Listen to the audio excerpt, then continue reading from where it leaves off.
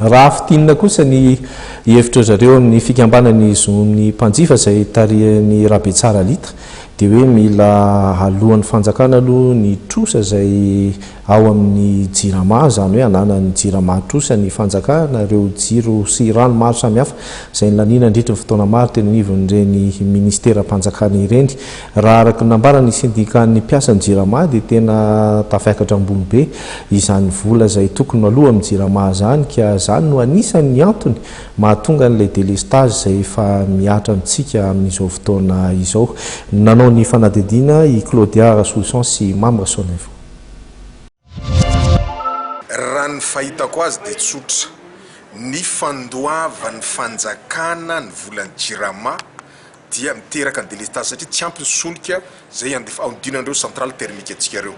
Tsy angamba ataontsika hoe tsy ny orinasa jirama tsy te hanodina ny jirony, fa kosa rehefa tsy manambola izy akory atao. Ka eo nefa ny mahaola anazy hoe ny tompona andraikitra ao amin'ny jirama orinasa mpanjakana io tsy mahasamiteny an'izay. Ny ministre koa rehefa miteny tsy mahasamiteny hoe ananany jirama vola ny fanjakana. Ny tompona andraikitra tsisy mahasamiteny an'izay, fa izay mpanjifa mpandoa facture ara-dalàna kosa mahasamiteny hoe anananay vola ianareo fanjakana, zay vola efa naloanay tokony tondrareo any amin'ny jirama. Aloavy io mba tsy ny délestage. Na izany na tsy zany nefa atsarao koa ny fomba fiasan'ny jirama satria azarotina koa le fisiny délestage économique ohatran'izay fa atsarao koa ny dépannage-nareo satria misy koa ny délestage technique. Fa ny zavatra engaviana fotsiny zany amin'ny tora fanjakana dia ty hoe mba aloavy ara-potoana ny vola zay ananany jirama aminareo mba ialana isoroana an'izao zavatra zao. Ary samy miaro koa tsika mpanjifa raha misy mivarotra gasoil any jirama ka itsika mahita antsoiny jirama fa itsika ihany nizakany délestage io raha miretsokombakomba amin'izany.